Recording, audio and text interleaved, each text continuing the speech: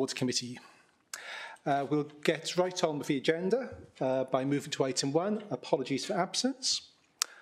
I've been notified of 3 absences. They are Anne Webb, Malcolm Lane and Phil Murphy. Otherwise, I think we're all present and correct. Moving to item 2. Item 2 is declarations of interest. May I ask members whether any declarations of interest to note at this point, please?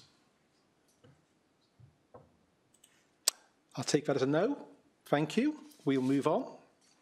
Item 3 is a public open forum, and as we know, this is the opportunity where members of the public have opportunity to make representations to this committee. I understand that no members of the public wish to avail themselves of this opportunity at this time, so we'll move straight on to item 4. Item 4 is to note the action list from the previous meeting. And at a first for this committee, there's no outstanding actions.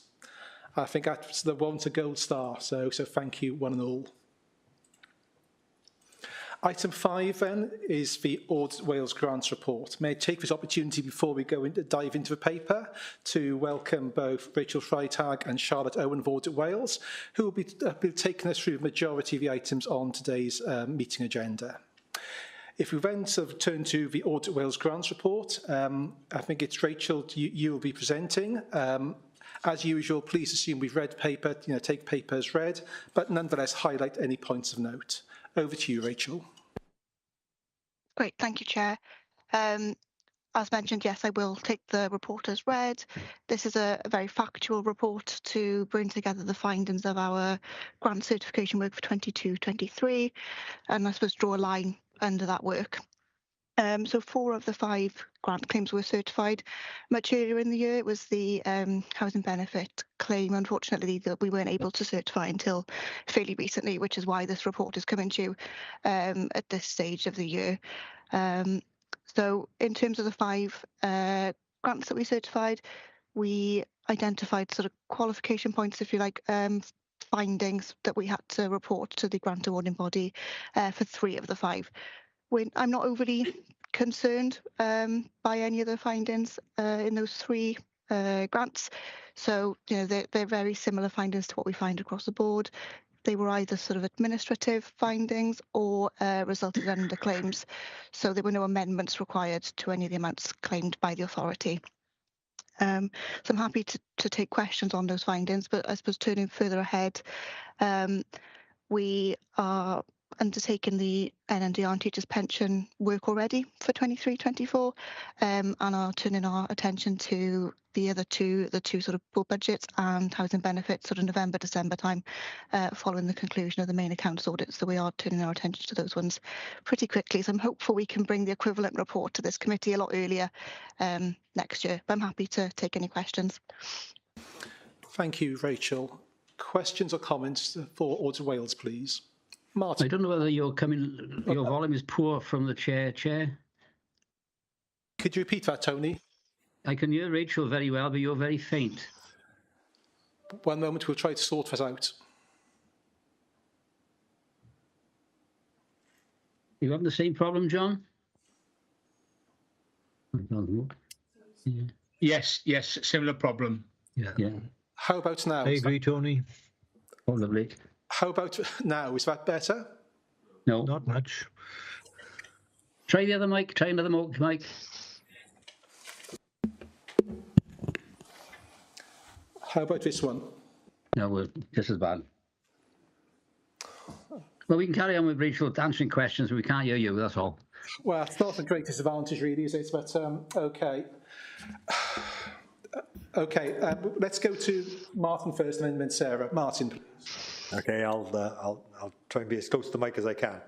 I just want to check. I understand the sort of what qualification means in this context, and Rachel, your comment about you're reasonably unconcerned by them.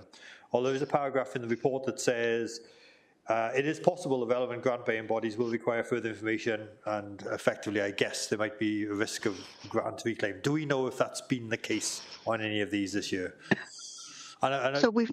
Let me ask you a second question as well. Is given you do these across all 22 local authorities, I'd be interested to know, is this reasonably routine? Are these outliers, etc.? So my other question is, how worried should I be? Yeah, so I'll answer your second question first. Quite routine, in particular the findings around empty property relief. That is something that since the pandemic we've found across most authorities as they're playing catch up and getting back on track with that. This level, I can't say that hand on heart across all 22 because I'm not cited across all 22, but this level in terms of the number of findings, if you like, is very routine. But I can't necessarily say that we find exactly the same issues on each authority. In terms of our finding letters that we've written to Welsh Government and DWP this year, not heard anything back from them. And indeed, on the finding letters that we wrote for last year's or for the year before, again, we'd not heard anything back. So quite rare, I think, for us to hear anything back, albeit there is a risk that they could come back and ask us to undertake further work or for the authority to provide more information. Thank you. It's good to know your work isn't in vain. Thank you. Sarah, please. Thank you, and thank you for the report, Rachel. I think this is more of in the nature of a question for Peter, perhaps. Noting that there were empty properties where no inspection had been carried out, but aware that this is historic. Do we now have the right arrangements in place so that if a property, we're notified that a property is empty, we know when it became empty and the team are on it to bring it back into use?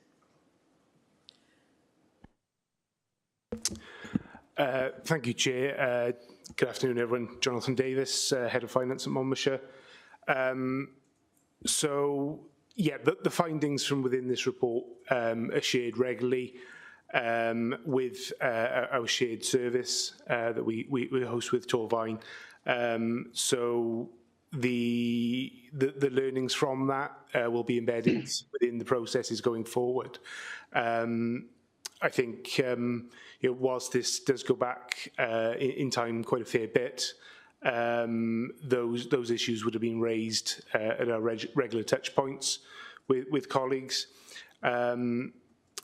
So I'm content that some of the issues that they hear will have been worked through and rectified.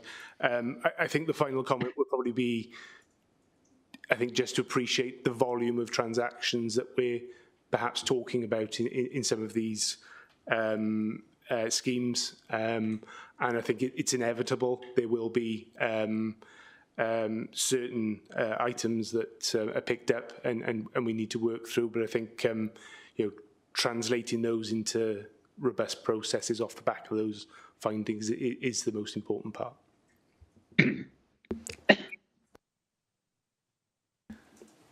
Okay, thank you. Are there any further questions or comments for Rachel? Well, my hand should have been up, Chair, but it's... Oh, I didn't see that. Tony, please. No, it's not up. I don't know why. I tried to get up. Well... No, it's up now. It's up now, yeah. Over to you, Tony. Yeah, it's about the teachers' contributions and employee contributions to the pension fund. There's further investigation going on in that matter. Has anybody got to the root of how that area of people who've opted out, teachers who've opted out, not continue paying, and also the authority picking up a bill for 68,000, which clearly will have to be sorted out? Is there anything to prevent this happening again?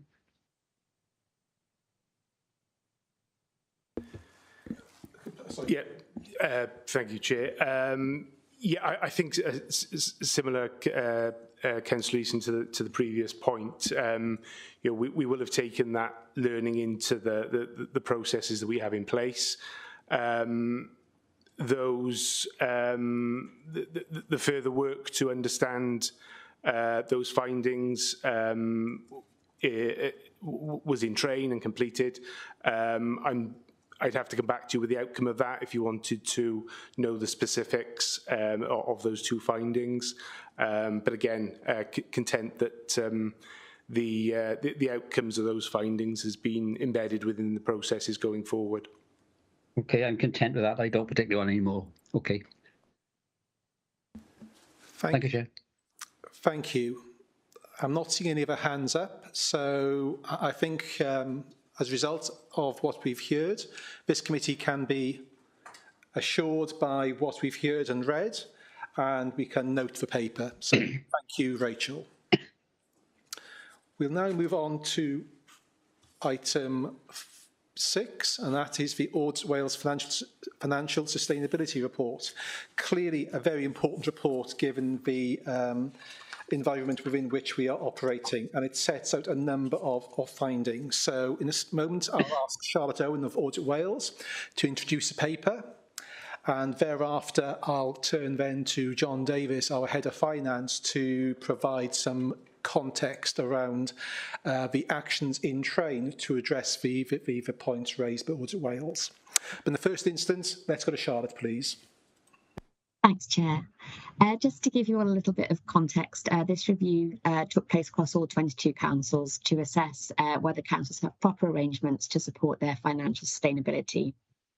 The scope of the review was developed in conjunction with the Society of Welsh Treasurers, and it considers 3 key areas, which are council's strategic approach to their long-term financial sustainability, their understanding of their financial position and challenges, and also their reporting and oversight arrangements for finances. Audit Wales are producing a national summary that should be published next month, I think, and that will help provide a little bit more context against which the local reports can be considered, and will also draw upon some of those national issues which are impacting on all councils. But in terms of the local report from Monmouthshire, we found that although the council is developing a longer-term approach to financial planning, it is yet to identify how it will close its future funding gap. And given its low reserves levels, the council will need to work at pace to implement its financial strategy and to strengthen its financial resilience. So in terms of that first section and the council's strategic approach, we found that the new financial strategy is a positive step forward. It helps demonstrate the council's commitment to strengthening its financial sustainability over the medium term, but at the moment it lacks robust plans to close its identified funding gap of around £34 million over the next few years. At the time of our fieldwork, the council was in the early stages of developing its delivery plan that sits underneath the financial strategy, including a change and improvement plan, and that will help address those concerns. But obviously we're not cited enough yet to give us any assurance over that. So we highlight in the report, one of the key things is that that urgency with which the council needs to work to develop those longer term sustainable savings to close that budget gap, particularly given the low level of reserves that it has. Then in the second section, we found that the council has a clear understanding of its financial position and the risks to that, including budget pressures, but it does recognise the need to strengthen its use of data to better understand and mitigate those longer term cost pressures. And the financial strategy sets out some of the work that it plans to do to take that forwards. And then finally, in the final section, we found that the council's reporting arrangements support clear and regular oversight of its current financial position. Responsibilities for this are clearly set out and there's regular reporting. But we found, similar to many councils actually, that reporting on the long-term impact of financial decisions is less well developed. So going forward, it will be important to build on current arrangements so the council can monitor and report the impact of its financial decisions on service users and also on the delivery of its wellbeing objectives. So we've included one recommendation in the report which covers the 3 key concerns. So those are to develop its change and improvement plan to identify the way that services will deliver in the future and to address the forecast funding gap, to take forward its plans to utilise data to support that long-term approach to financial sustainability, and also to ensure it has appropriate arrangements to monitor and report the impact of its financial strategy, and in particular the change and improvement plan. I will hand over now to officers to sort of run through their response to the recommendation, but very happy to answer any questions. Thank you, Charlotte. Let's turn then to John Davis, Head of Finance. At page 27 of your meeting pack, we have a management response form which sets out the actions underway to address the points raised by Audit Wales. But perhaps, John, you could give us a bit more sort of colour around where we are with those actions and confidence in delivery of those actions in full, please.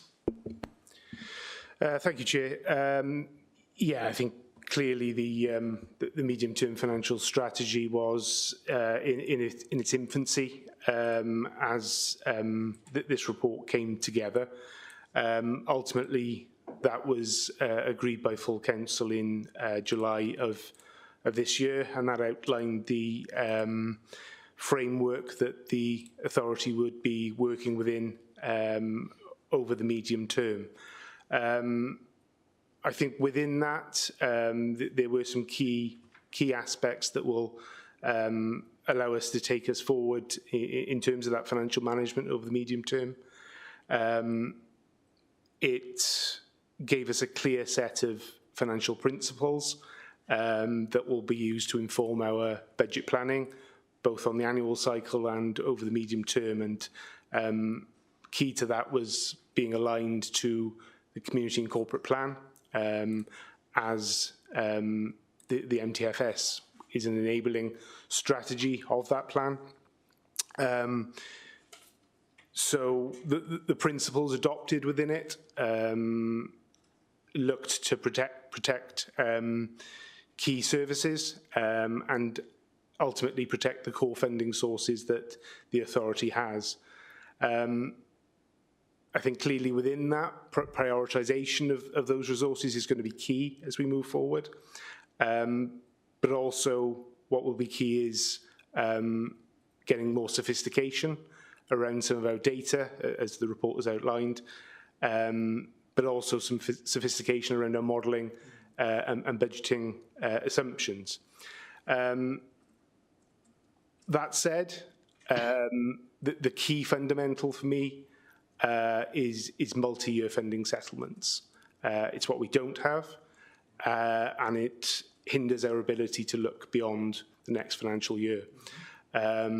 So, but part of the action through this will be looking to continue those discussions with partners, stakeholders and Welsh Government in terms of developing that and having that more medium-term view. I think ultimately, in terms of our management response, I'm not going to go through that verbatim, but we've got a clear path forward now. The programme of change that is embedded within the medium-term financial strategy and its delivery plan is ongoing. It's front and centre of the budget work that is continuing through the autumn period now, up into the budget build for 25-26. So the principles and framework within that drive that process. I think finally the sixth monthly update on progress is a good step forward. That will be reported now into scrutiny committee on a 6 monthly basis. That allows, I think, a robust scrutiny of not only our progress, but the actions that are being put in place to combat that medium-term gap. Whilst I take some reassurance that this is a report that will be common across all 22 local authorities in Wales, who are combating the same challenges as we are. Ultimately, it's up to us as an authority to deal with our own circumstances, and that will be front and centre of the programme of change that is embedded within the strategy. So, Chair, I think I'll leave it there, and happy to take further questions from the committee. Thank you. Before we go to questions, just to comment, I did read the 6 monthly MTFP update, which was presented to the Scrutiny Committee a week or two ago, and for what it's worth, thought it was an excellent paper, very clear, it didn't shy away from the significant challenges facing this council and set out a relatively clear path in terms of the actions that are required to address the significant challenges this council is facing in tandem with every other public authority. Okay, enough from me. Colin, please. Thanks, Chair. I don't know whether it was it's too simplistic a question. That's why nobody's mentioned it. Which is the forthcoming budget, which obviously I think will identify and inform the short-term and medium financial planning for the council. And I noticed a recent SIPFA paper about mission-led growth and where that's and the attitude of the government now regarding things like levelling up and where that funding is going to go, which I think will have an impact. So I would have thought going forward that Audit Wales and in-house that we'd be have a timeline to deal with that. Thanks, Chair. I think it's a good point. I think the replacement funding that is committed to now within this budget process, both through the streams you mentioned and through Welsh Government, will be critical to that medium-term picture. I think clearly we have limited recourse to reserves. We know that as an authority, but there will be an element of invest to save that will need to come in and accommodate that programme of change. So being flexible around some of that funding is going to be important to us.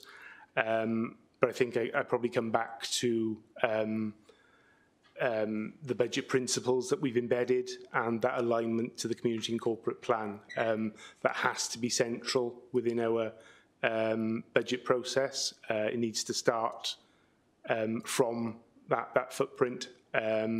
So that's going to be critical for us. And I think aligning those funding streams with that is going to be probably the most important part of the work that goes through this budget process. Thank you. Are there any further questions or comments, please?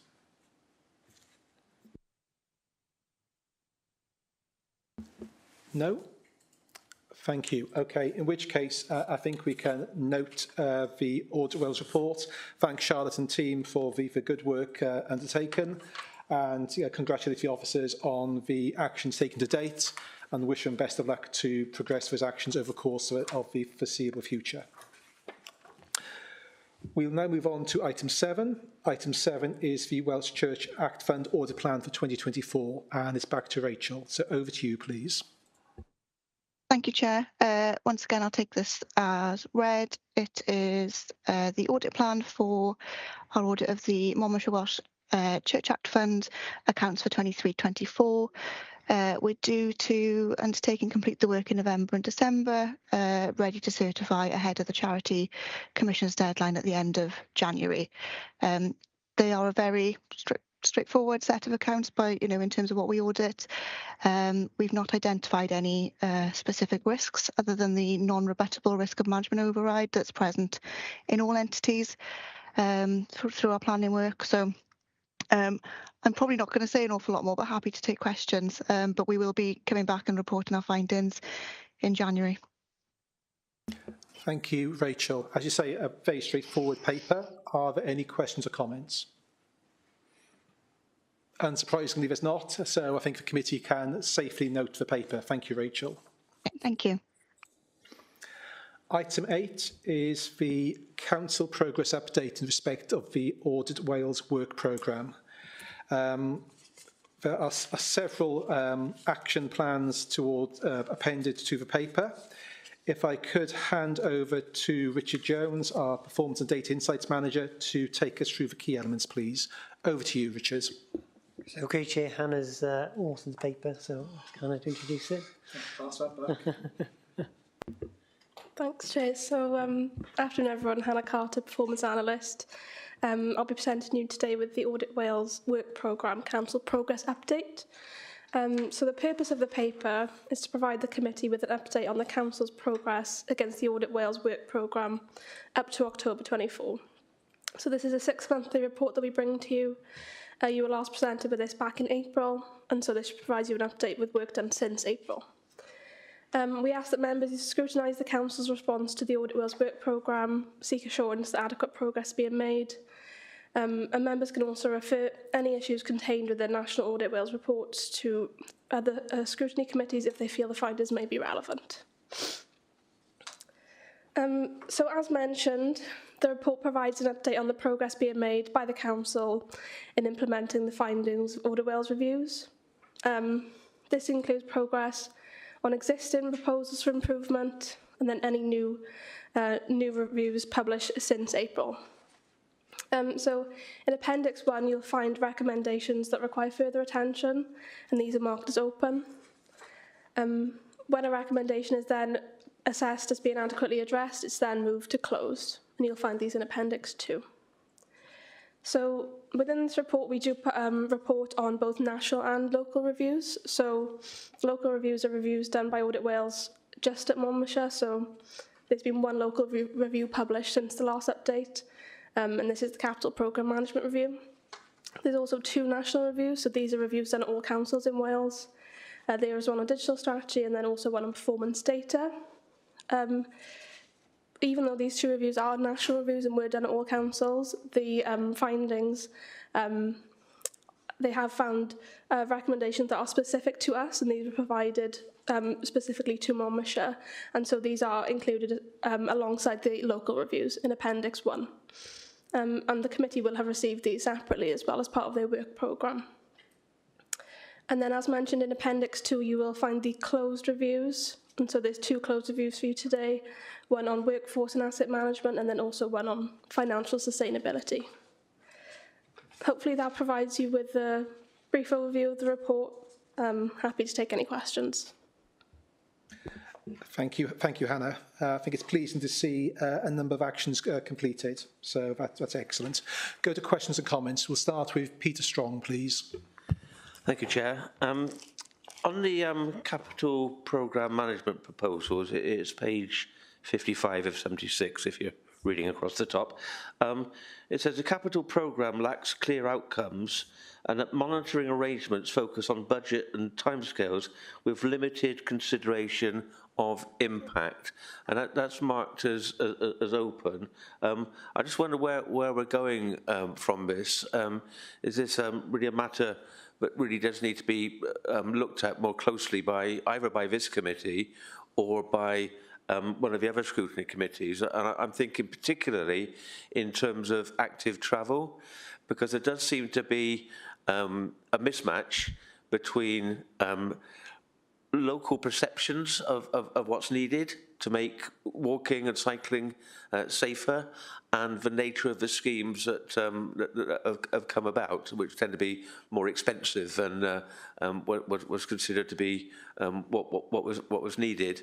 And I think the comments in the report chime very much with the report that came out, the national report that came out from Audit Wales in September about active travel, which was not exactly glowing in its comments about how successful the schemes have been. So I'm just wondering, should we be looking at this as a governance audit committee in more detail, or should we be referring it to perhaps the Place Committee for a deeper look there? Thank you.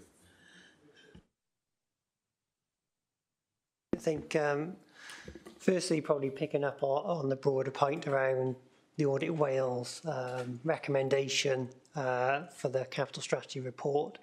In terms of the overall capital strategy and developing further information on outcomes, we've agreed that as part of the next iteration of the capital strategy, which is due in February next year, that where capital programmes or investments have been completed, we will look to provide then further insight and overview of some of the impact and outcomes those have achieved. So that in terms of some of the governance arrangements around the whole capital programme, and to an extent that you can get into any finer detail within the whole programme, should give the reader, this committee, which I know the strategy comes from, an oversight in terms of some of those outcomes, which talks to the specific point. In terms of the specific issue around active travel, obviously aware of the national report that Audit Wales produced. I don't think that produced any recommendations directly for local government, but I'm sure Charlotte or Rachel will correct me if I'm wrong. So that's why it doesn't feature directly in this paper, because the recommendation went directly for us. Nonetheless, clearly messages that are applicable to us and something we've shared with our colleagues within the report we've shared with our colleagues within active travel to consider and look for their responses as well. I think in terms of the role of this committee chair and some advice, obviously clearly you can refer issues to other committees from Audit Wales reports where you think that this council would benefit from further understanding of those issues, the recommendations Audit Wales have made and how we respond to them. So that's something that is open to you, Chair, if you wish to do so. And obviously I'd advise, consideration of the existing committee's work programme and doing that as well. But that is an option.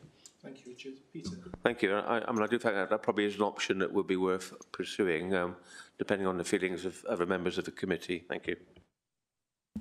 Okay. Of course.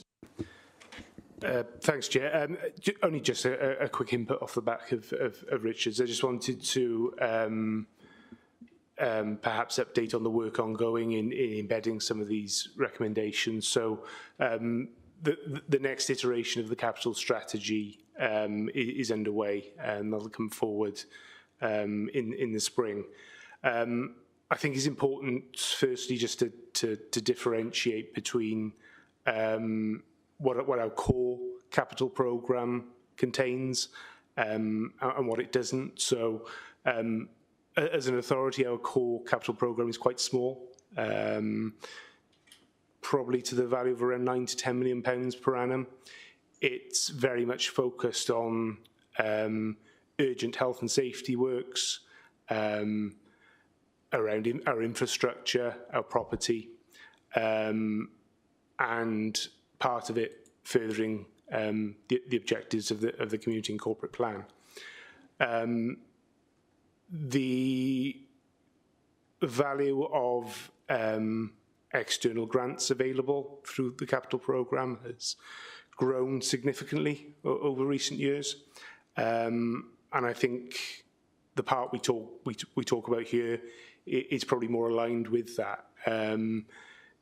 There's a clear process we go through for each of those grant opportunities that we explore. So, a robust process and business case put together that brings in views and opinions from wider stakeholders, communities, residents alike. So, I think, it's important that we. I guess firstly, I understand, that the findings in the national report and the recommendations that came from it. It's important, however, as an authority, we maintain that alignment to the community and corporate plan principles. So active travel embedded within those. So I think at all times, it's important to have that in mind. I think where the improvement can be made is right at the start of that process. So any grant opportunities being explored, the core principle that sits behind that is, does it further community and corporate plan objectives? Does it sit within our priority matrix that sits within the capital strategy? So I think that's where the improvements can be made in the strategy and the next one that comes forward. And yeah, we'll take that on board as we move into the spring. Just come back briefly. Yeah, I mean, I think you highlight the dilemma, don't you, that we have very little funding available for our own core capital spending, which is entirely under our control. Most of what we get, and this applies particularly in active travel, depends upon Welsh Government approval and using the Welsh Government criteria, which aren't necessarily what we would do if we were planning these schemes ourselves. We might be able to do it quite a lot cheaper, but still fulfilling the essential aims of the scheme. We do, of course, have to stick to those criteria. I'm not suggesting we break away from them anyway, because we just wouldn't get the money. But I think we can make our voice heard to Welsh Government in without prejudging what the scrutiny would want to say, but in appealing for greater flexibility, for example, in those schemes. Yeah. Okay, thank you. What is a view of this committee and maybe officers in respect of requesting that this Audit Wales report on active travel be considered by a scrutiny committee? Do we have any thoughts? Peter Davis, Interim Chief Executive. Thank you, Chair. I think I've just been sitting, listening intently. Point well made. And I think just upon reflection, taking officer contributions in as well. So I think, I guess we've been very successful as a council in securing some a significant proportion of the actual All Wales sum. And I guess that's testament to the quality of the bids that we've obviously positioned with Welsh Government. They are, and I think to the point, large-scale schemes, and in fact that's the criteria that Welsh Government sort of adopts. I think there's a requirement under the current guidance for no more than 3 strategic schemes for any one council. And alongside that, just to keep things very simple, there is an annual core allocation of £500,000 that enables, and again to the point, for smaller schemes to be undertaken.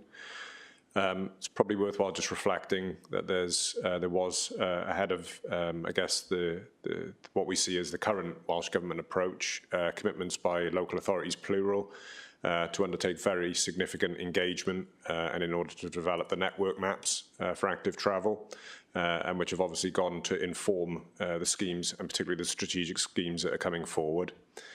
I think my observations are one whereby they are not without their challenges in bringing these schemes forward. I think I acknowledge that, and I think those challenges are ones of sometimes complexity in terms of working with communities, I guess, and local wards, and in terms of bringing those schemes through, but it's as much and equally multi-year schemes and the implications of cost and getting construction partners to the table. I say that because I think we're at an important point with a number of the schemes in terms of them being, remaining on progress. I think the further point I'd make, and I could be a little bit careful about this, but I would expect there to be some pressure going forward on active travel funding, probably wider transport funding, given the natural context of where we're at. And I think to the earlier point of conversation in terms of an autumn budget statement, I think that'll maybe give a signal possibly to Welsh Government in terms of how much pain that they need to exert into some of their budget lines. So I think it's probably, taking it into scrutiny is I think it's an entirely fair ask. I think scrutiny will probably have its own reasons and interest for looking this over as well. And I think even, and probably in particular, beyond in-year delivery, in terms of what might be forthcoming in terms of Welsh Government notifications in terms of future funding. So I think it's probably one around timing, I think, which is probably important around this. So that's just a perspective, Chair. Thank you, always helpful. Peter, any observations on what Peter Davis has said, please?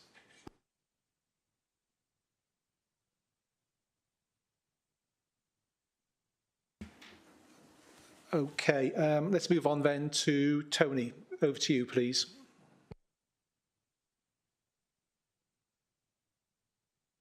No, we can't hear you. Sorry, my phone had gone, so I switched my speaker off. I don't want to say a lot about the active travel route. I think it should go to a scrutiny for looking at, because it seems to me that big is beautiful unless you've got a big, beautiful scheme. That is the only way and getting a route towards the active travel money. But that scheme, however big and beautiful it may be, may not cover the aspirations of the local residents who want some smaller schemes. But I think, yes, scrutiny ought to be looked into ways of dealing with issues of small schemes, big schemes, and multi-million schemes. But my point I was going to raise is to do with the work going on to replace the current asset management system. I've heard this before. Where are we with it? And there seems to be problems within the capacity to continue this work. What is the up-to-date position with the asset management scheme under a new IT umbrella?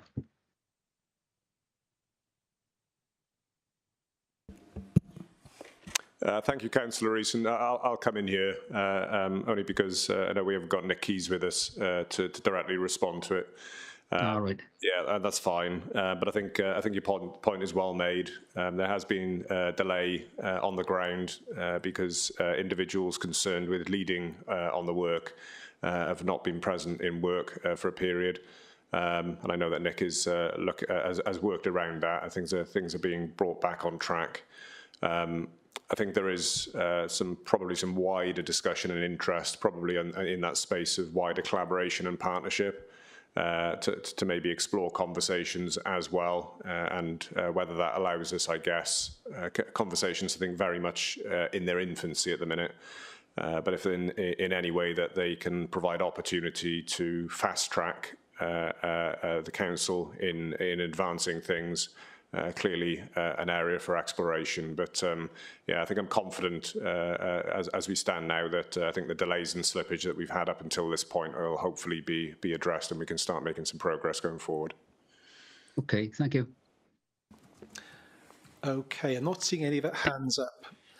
Going back to this Audit Wales report on active travel, may I suggest we make a note of this action and ask the respective scrutiny chair to consider whether such an agenda item is warranted at this stage, noting the points Peter Davies made about timing, etc. Thank you. There are no more questions or comments on this paper. Chair, if I may. I beg your pardon. Sarah, please. It's just a recurring theme. One of our issues in terms of making our in-year savings has been slippage on projects, and in terms of the strategy, it seems to come back to capacity within that assets team. But also, I was taking the point that Peter has raised with regard to active travel. It's how those grant-dependent projects sit within the citizens' experience of improvements moving across their area. In terms of taking that strategic view, we're extremely successful as an authority in securing the resources for those big schemes. But that sits alongside sometimes our inability to do something about the potholes and broken pavements that people experience on the same route. So it's how we understand here the reasons for that, but how do we balance that in terms of that citizen experience and citizen focus in people understanding that we are actually spending the right money in the right places. Okay, thank you for that question. There's a lot there. Peter Davies, do you want to make initial comments, recognising that some of the matters raised are not necessarily matters for this committee? Yeah, I'm desperately trying to sit back today in the committee and to allow those in other acting up positions to come forward. But I think given the cross-cutting nature of the question, I will lean in. I think Jonathan might want to supplement it with a couple of comments anyway himself. So observations. I think Welsh Government are actively open, and they are undertaking a piece of work at the moment in terms of exploring streamlining of specific grant funding and flexibilities therein. It's not an entirely uniform picture, but I would probably describe it as a work in progress. I think that's probably right, John, isn't it? But clearly, where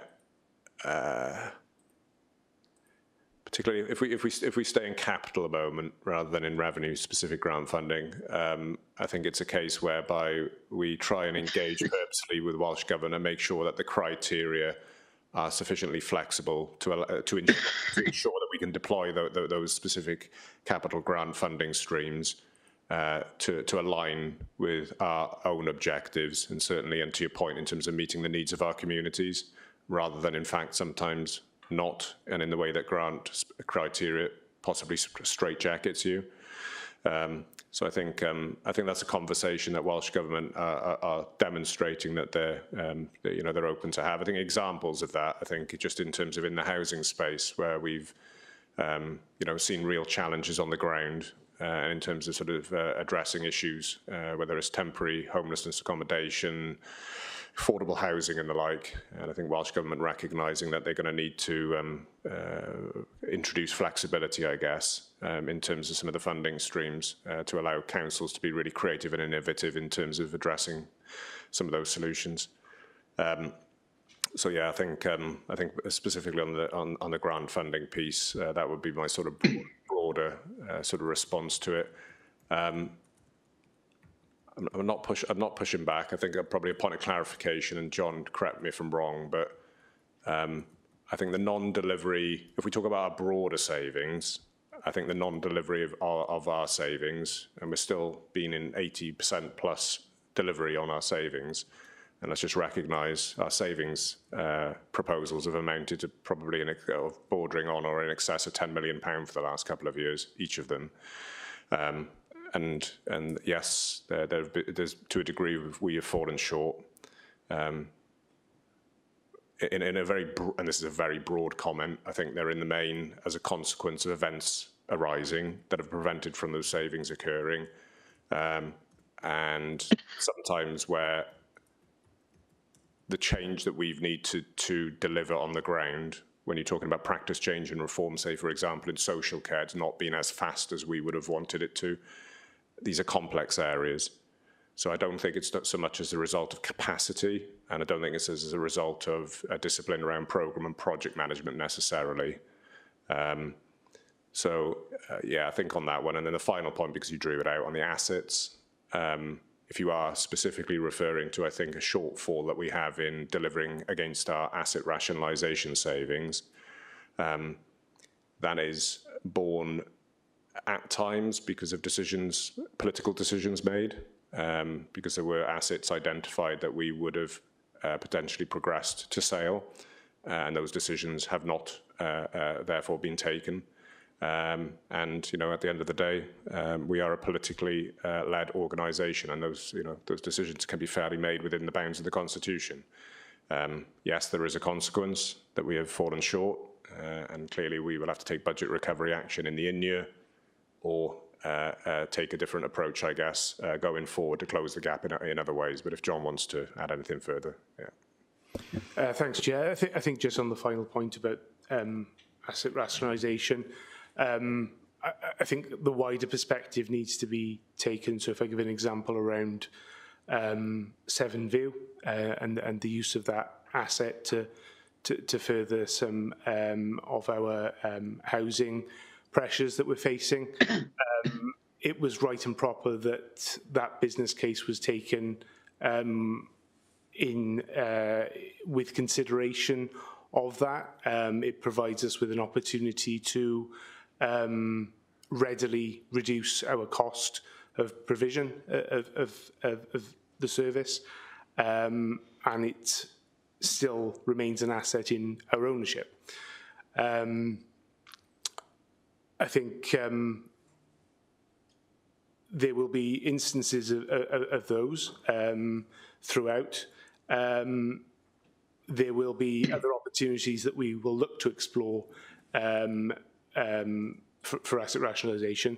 The point, I guess, that we just need to consider is that there will be savings that have been captured throughout other services from the work that has been carried out by the estates teams, and sometimes we won't be able to readily capture those. They will be indirect savings.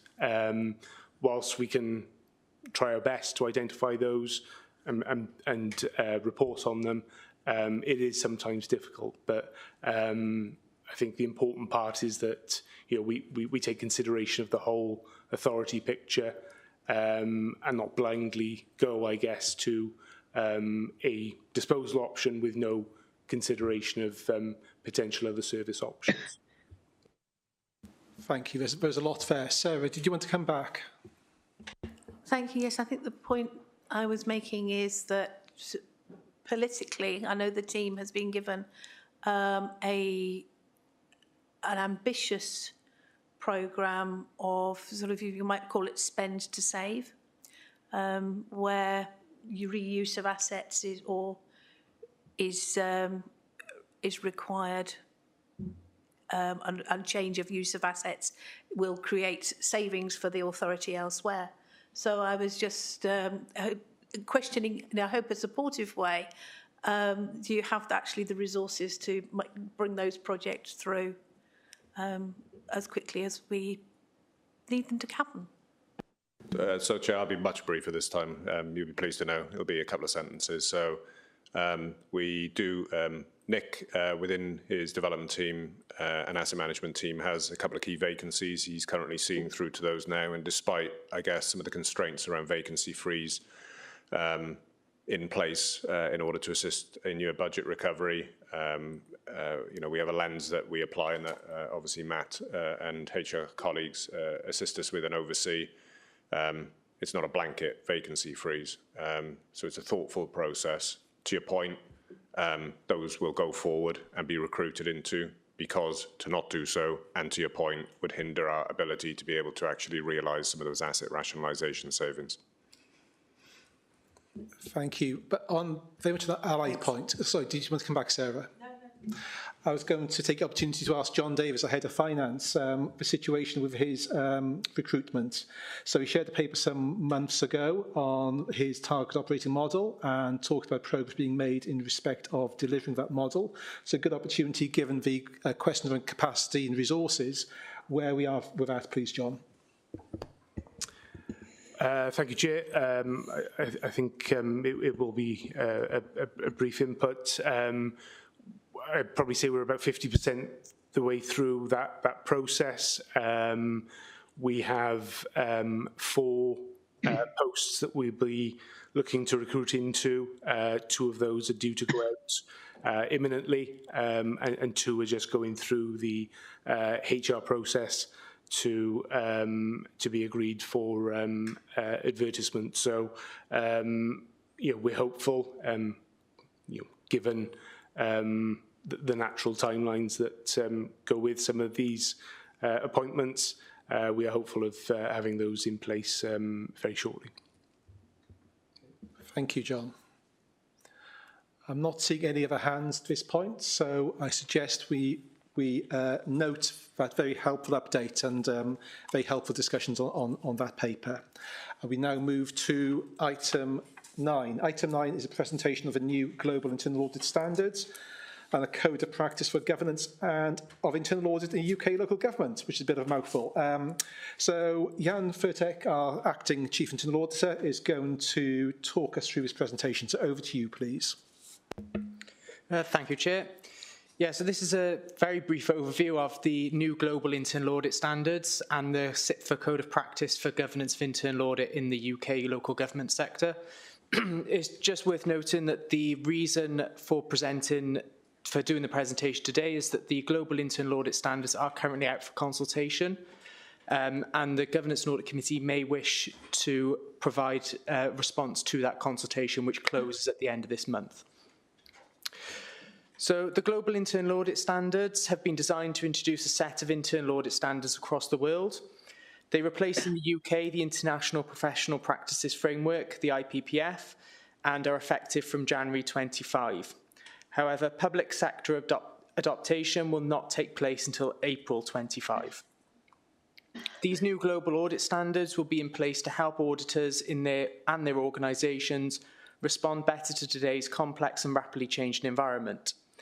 The updated standards offer clearer and more direct guidance, grouping the standards into 5 domains and providing implementation guidance. The changes aim to create a new purpose for internal audit and to clarify what is a requirement versus what is a suggestion.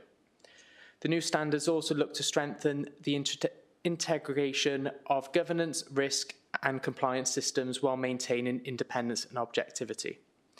So currently in the UK, the public sector uses the public sector internal audit standards, which are broadly based on the IPPF and have been effective since April 2013. So the global audit standards are split across the 5 domains, and they've been designed to accommodate local and regional differences to promote consistent global practice. So these standards are going to be applicable regardless of sector, size or industry. The new standards, as I said, is more logical, user-friendly and easier to navigate. So each standard combines both mandatory and recommended guidance, and there will be a shift from a compliance-only focus to emphasising performance for internal audit teams. So a brief overview of the changes. So domain 1, which is the purpose of internal auditing, so that's the shortest domain. It's only 1 page out of the 119-page document. Emphasises the purpose of internal audit, but more interestingly, it includes the purpose statement and the idea of serving in the public interest, which is vitally important within the UK public sector. Domain 2 is ethics and professionalism. So this is a reorganisation of the code of ethics and introduction of some new terms such as having professional courage in the work that we do. Domain 3 is governing the audit function. So there's many changes within this domain as the previous IPPF. In the previous IPPF, there were only a handful of standards relating into governing internal audit. Domain 4 is managing the audit function. So again, there's a few changes within that domain, including new requirements for an internal audit strategic plan and revamped measures of performance. And then the final domain is domain 5, which is performing internal audit services. So they broadly reflect the old performance standards within the IPPF, but incorporate some new requirements such as the prioritisation of findings and an engagement conclusion. So from implementation, we'll be issuing audit conclusions rather than audit opinions for each piece of work that we do. So while the global audit standards apply to all internal audit functions, we in the public sector work in a political environment, and we're under governance, organisational and funding structures that differ from those in the private sector.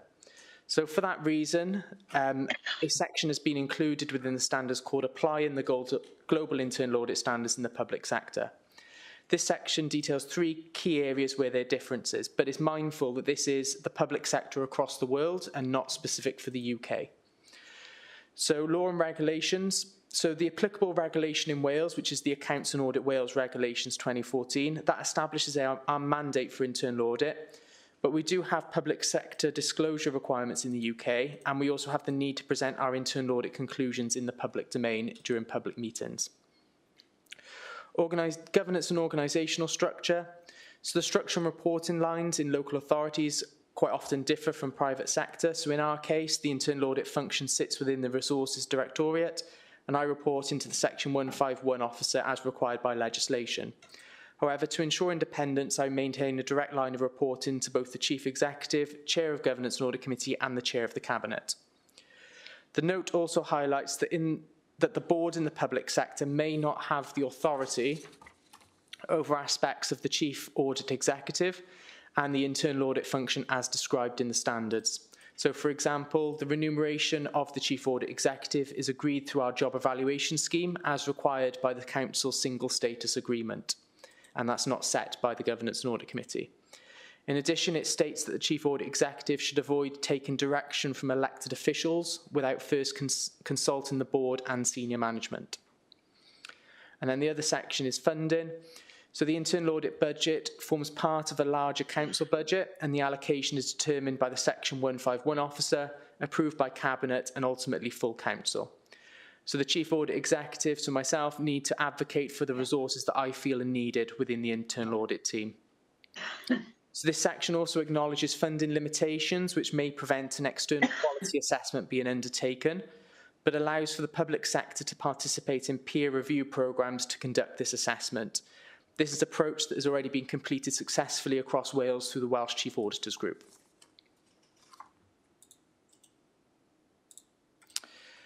So although the global standards were released in January 24 and contain that public sector note, a decision was not made until very much later in the year regarding the adoption of the standards by the UK public sector, or if the public sector internal audit standards would be updated to reflect the changes.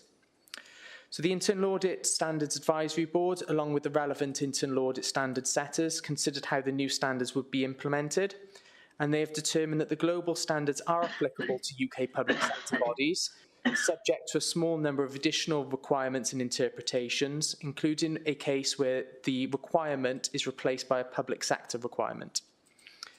Therefore, rather than updating the public sector standards, public sector teams need to prepare to adopt the global standards, but with a separate application note for the UK public sector. It is this application note that's currently out for consultation until the end of this month. The current UK public sector standards will remain in force for internal audit work supporting our annual opinion until the 31st of March 25. So although the implementation date is one area that is being consulted on, given the relatively short time frame between publication, which only happened at the start of this month, of the agreed application note, and the consultation, which will likely lead to a final agreed note being issued in December 24. So the proposed implementation of that is only 3 months later. So this is an area of concern, as Q4 of the financial year is an extremely busy period, both issuing reports prior to the end of the year and ensuring audit planning is conducted for the following financial year. So this additional workload for the Chief Auditor during the period will need to be effectively managed and considered. So the UK public sector application note sets out 3 main areas. So we've got the general context for the UK public sector. So there's a need for ethical behaviour, which is especially relevant in the UK public sector, as we're both servants of the public and stewards of public resources. The government has set out the 7 principles of public life, also known as the Nolan Principles, and the application note requires that these must apply to the internal audit team. The Handling of Information section details the requirements such as Freedom of Information Act, which applies to internal audit within the public sector. The Global Standard sets out a duty for the Chief Audit Executive to coordinate with other assurance providers. In the UK public sector, there's various relevant outside assurance providers whose authority can come beyond the control or influence of the Chief Audit Executive, and therefore we may not have the ability to access their work or conclusions. Under these circumstances, the Chief Audit Executive must consider whether it is possible or practical to cooperate. There's specific interpretations and requirements, so the note highlights the Chief Audit Executive may be constrained in the way in which we use financial resources, both human and technological. Sets an expectation that the Chief Audit Executive informs the Governance and Audit Committee of any resource management concerns that may put at risk the ability to fulfil its mandate. There is still a requirement the Chief Audit Executive will deliver an overall conclusion, at least annually, which will encompass governance, risk management and control. The standards hold an expectation that the head of internal audit holds both an appropriate professional qualification alongside relevant public sector experience, which goes further than the global standards. And there is also a section requiring the selection of independent assessors for the external quality assessment to ensure that they also have the same requirements as outlined for the Chief Audit Executive. In terms of determining the essential conditions in relation to governance, the section includes material explaining that the public sector governance and organisation structures may require internal audit to adjust the application of some standards. And whereas that's the case, that must be agreed with the Governance and Audit Committee and fully explained in our audit charter. So the second document, which is currently out for consultation as well, is the Code of Practice for Governance and Internal Audit in the UK local government. So that's been developed by CIPFA to recognise that in the public sector, governance structures and other laws or regulations may impact on how these global standards can be applied. In local government, governance and audit committees are non-executive advisory bodies with limited decision-making powers. And internal audit's primary mandate comes from statutory regulations rather than a decision of the council. The code provides a route to satisfy the essential conditions within the standards, but tailored for UK local government. And the global standards directs that how local government sector bodies apply the code. We will be required to explain how Monmouthshire complies with the CIPFA code in our annual governance statement. CIPFA is currently updating its guidance on governance statements for publication during 2025. It's anticipated that conformance with both the Code and the UK and the global internal audit standards will be featured within this new guidance. So effective arrangements for the governance of internal audit as well as effective internal audit are vital parts for the authority's governance arrangements, and the Code must include the Chief Audit Executive's annual internal quality assessment and report to Governance and Audit Committee. So as with the global standards, the UK Public Sector Code notes that there's 3 provisions. So it's providing the authority for internal audit. So the Code highlights our primary mandate comes from regulation, but allows for each individual body to consider widening the scope of the mandate to meet the organisation's needs.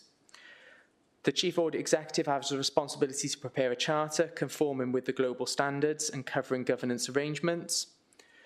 Internal audit's activities require access to and support from senior management and the audit committee and those charged with governance across the organisation. In terms of positioning internal audit independently, senior management need to protect the function's independence with the Code, setting out the mandatory arrangements to safeguard this.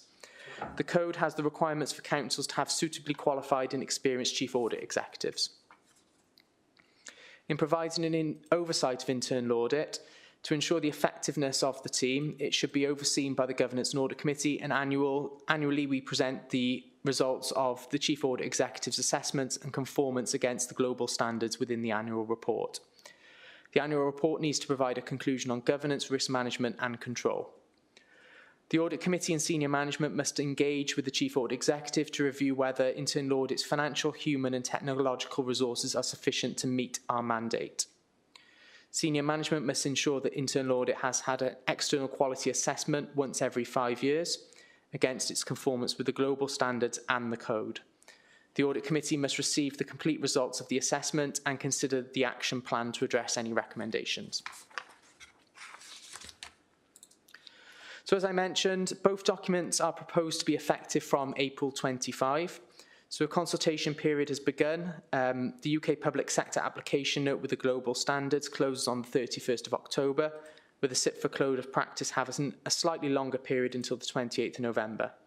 So if committee wishes to make any comments or representations, I'm happy to coordinate these within my response or a separate response from the committee. So in terms of what happens next, so over the next couple of months, we'll look to agree our internal audit mandate if we do go further than the broad legislation.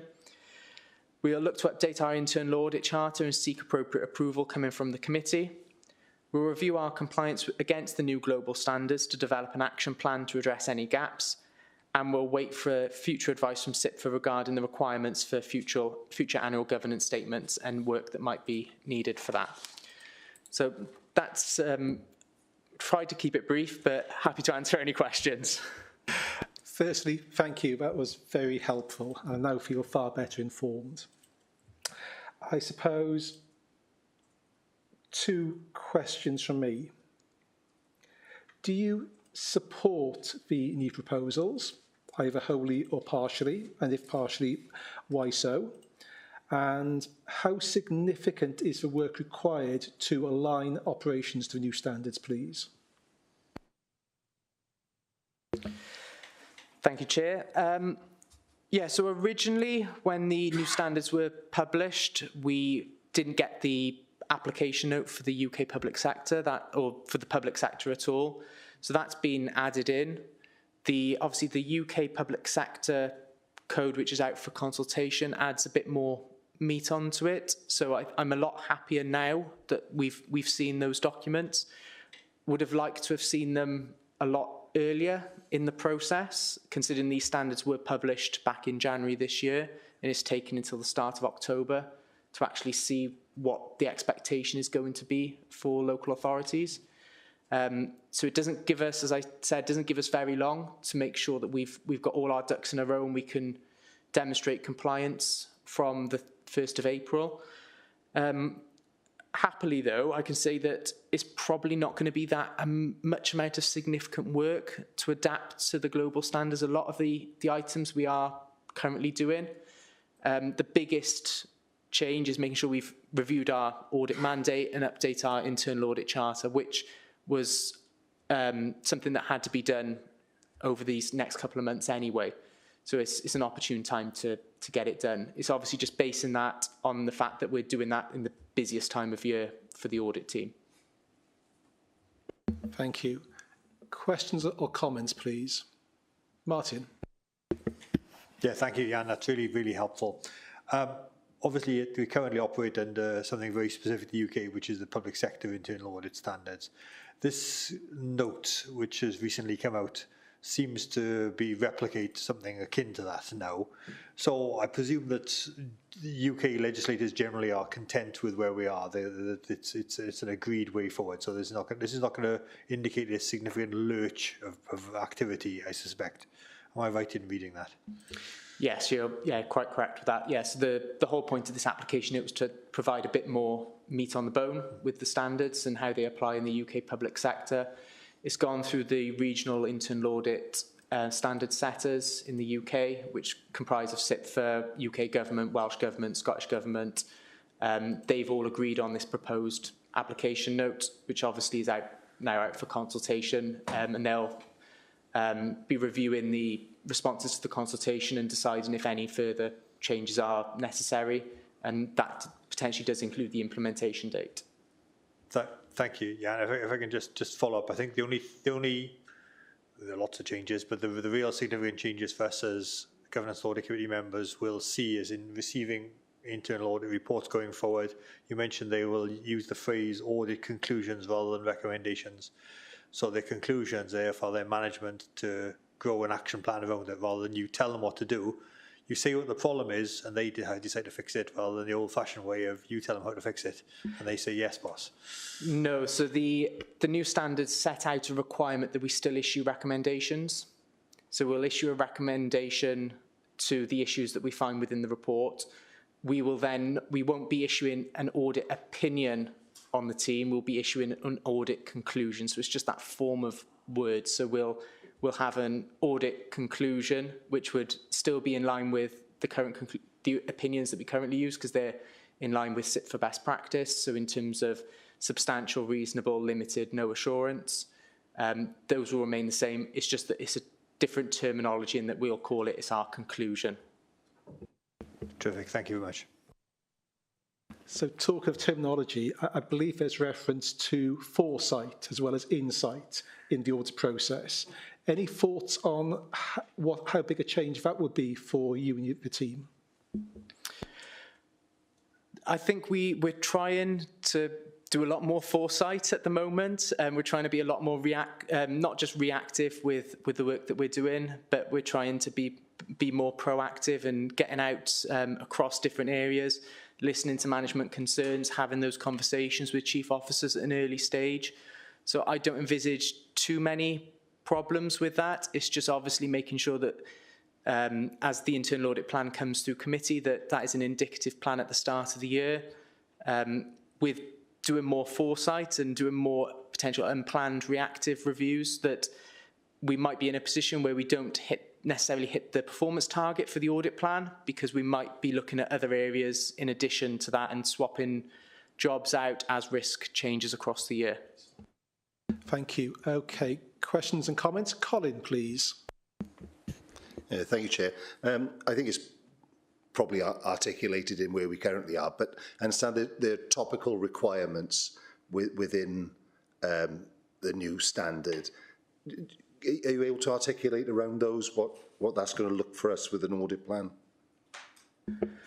So in terms of our audit plan, obviously we have to my commitment to committee when doing the plan last year was that we would be, in line with these new standards, we'd be looking at redeveloping what we call the audit universe. So that's going to be going ahead regardless. So obviously the new standards can help impact on that. We make sure that we're concentrating on the areas that we need to concentrate on, and then obviously use the new standards as the basis for making sure that we've covered every base across the council. Okay, I'm not seeing any other hands. So final question for the committee is, should we respond to this consultation? Any observations on that point, please?